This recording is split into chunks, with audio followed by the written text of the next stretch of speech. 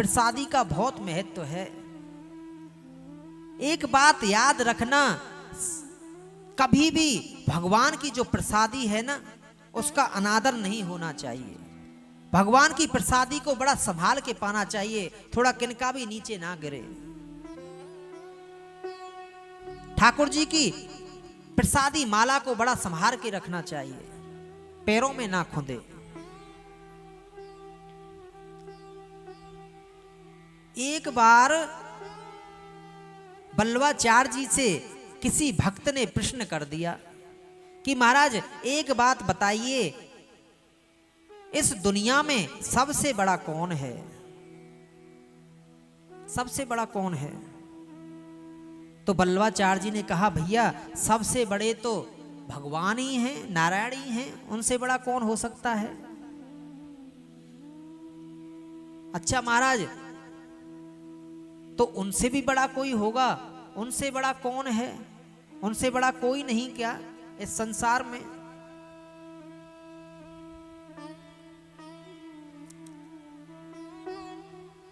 बल्लवाचार्य जी ने कहा, बेटा उनसे बड़ा भगवान का नाम है। बोलो राधे राधे। जो काम भगवान नहीं कर पाते वो उनका नाम कर देता है।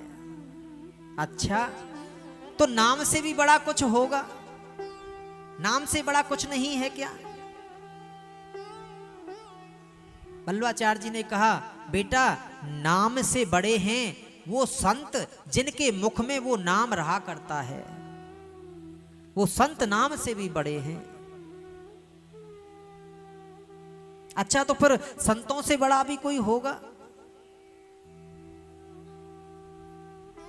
तो कहा, संतों से बड़ा है संतों की प्रसादी, झूठन। जिस मुख में वो नाम रहता है उसी मुख से वो प्रसाद पाते हैं, ग्रहण करते हैं। प्रसादी बड़ी है। तो कहा, प्रसादी से भी बड़ा कुछ होगा? तो बल्लवाचार्य जी कहने लगे, बेटा प्रसादी से बड़ा कुछ भी नहीं, कुछ भी नहीं, कुछ भी तो नहीं।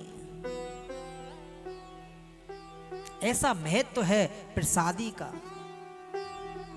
एक हमारे वृंदावन में माधव दास बाबा रहा करते थे। वो झाड़ियों में, लता पताओं में छुप करके रहते थे। वहीं पर राधा कृष्ण की उन्होंने मूर्ति पधरा रखी थी, वहीं पे भजन करते थे।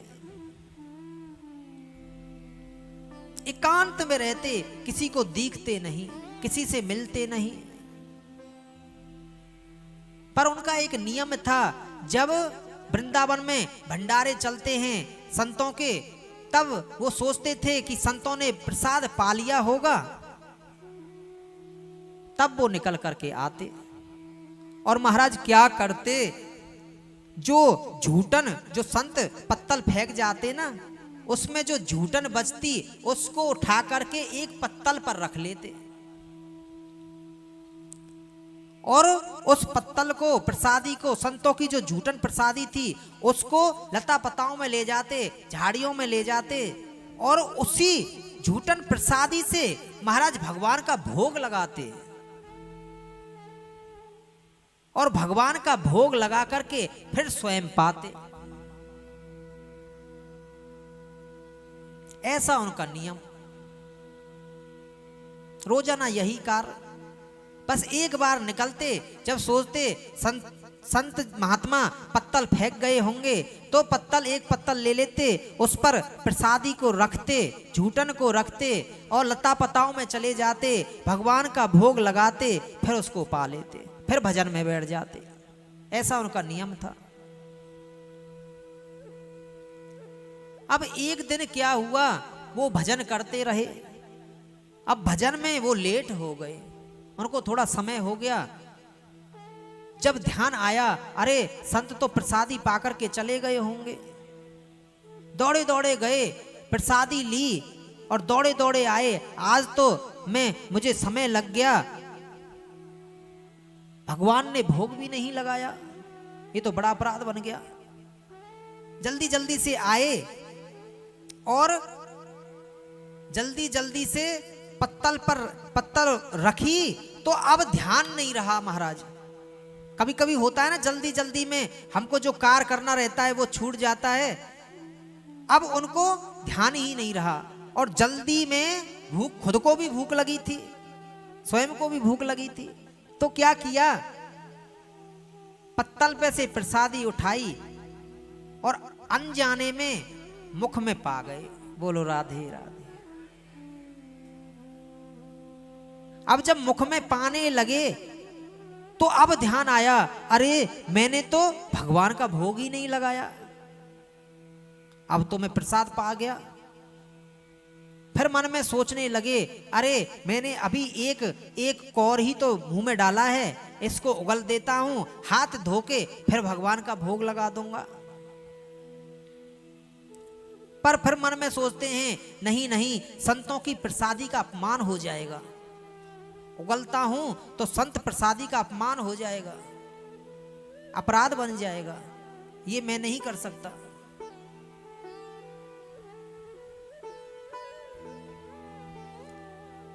बोलिए राधे राधे, थोड़ा जोर से बोलिए राधे राधे। फिर भोग कैसे लगे, तो सोचा निगल लेता हूं, फिर हाथ धोकर के भोग लगा दूंगा। पर मन में सोचा, नहीं नहीं, ठाकुर जी का अपमान हो जाएगा, क्योंकि ठाकुर जी का भोग लगा नहीं, उनसे पहले मैं पालूं, ये कैसे हो सकता है। अब तो महाराज सोच में बैठे हैं, निगलूं कि उगलूं, क्या करूं। निगलता हूं तो ठाकुर जी का अपमान है, और उगलता हूं तो संतों का अपराध है। अब तो नेत्रों से आंसू बह रहे हैं महाराज, पूरा दिन निकल गया, पूरी रात निकल गई रोते रोते। क्या करूं ठाकुर जी, आज तो आपने मुझे बहुत चक्कर में फंसाया,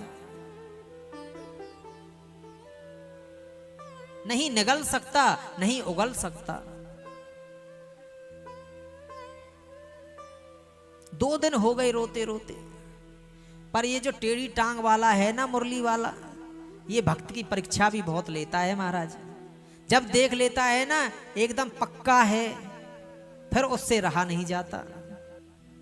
आज माधव दास के सामने भगवान स्वयं प्रकट हो गए। बोलो राधे राधे। बोले माधव माधव। भगवान ने, संत जी ने पीछे मुड़ करके देखा तो मेरे कृष्ण गोपाल स्वयं साक्षात खड़े हुए हैं। अब तो माधव दास जी उठ करके चरणों में गिर गए, और आज ठाकुर जी ने माधव दास को स्वयं अपने हाथ से भोग पवाया है महाराज। बोलो राधे राधे। भक्तों के लिए ठाकुर जी क्या नहीं करते, क्या नहीं करते।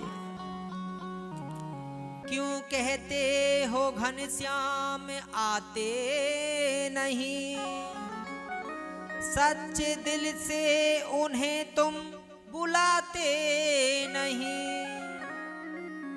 क्यों ये कहते हो कुछ भोग खाते नहीं, बिलनी भाव से तुम खिलाते नहीं। क्यों ये कहते हो गीता सुनाते नहीं, पार्थ सी धारणा तुम दिखाते नहीं। क्यों ये कहते हो लज्जा बचाते नहीं, द्रौपदी सी बिने तुम सुनाते नहीं। क्यों ये कहते हो नर्तन बनाते नहीं, क्यों ये कहते हो नर्तन बनाते नहीं। प्रेम के बिंदु द्रग से गिराते नहीं। क्यों ये कहते हो भगवान आते नहीं, सच्चे दिल से उन्हें तुम बुलाते नहीं।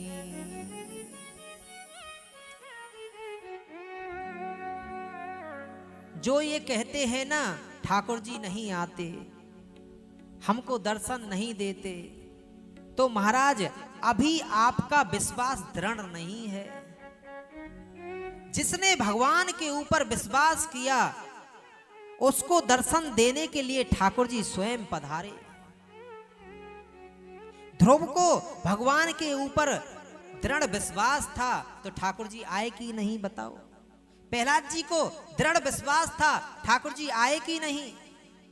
द्रौपदी को विश्वास था ठाकुर जी मेरी लज्जा बचाने के लिए आएंगे, तो ठाकुर जी को भी आना पड़ा। भिल्ली को विश्वास था, रोज झाड़ू लगाती हैं, मेरे राम आएंगे, एक दिन जरूर आएंगे। लोग उनको बोलते थे अरे ये तो पागल हो गई है, पर भिल्ली को तो विश्वास था मेरे ठाकुर जी आएंगे, एक दिन जरूर आएंगे और मुझे दर्शन देंगे। गजराज को भी विश्वास था महाराज, जब गजराज डूबने लगा, तिल भर सूंड रही जब ऊपर, तब हरि नाम पुकार्यो। तब प्रभु को बुलाया विश्वास में भर करके, गोविंद अब तेरे सिवा मेरा दूसरा कोई नहीं, मेरी रक्षा करो। तो गोविंद को आना पड़ा।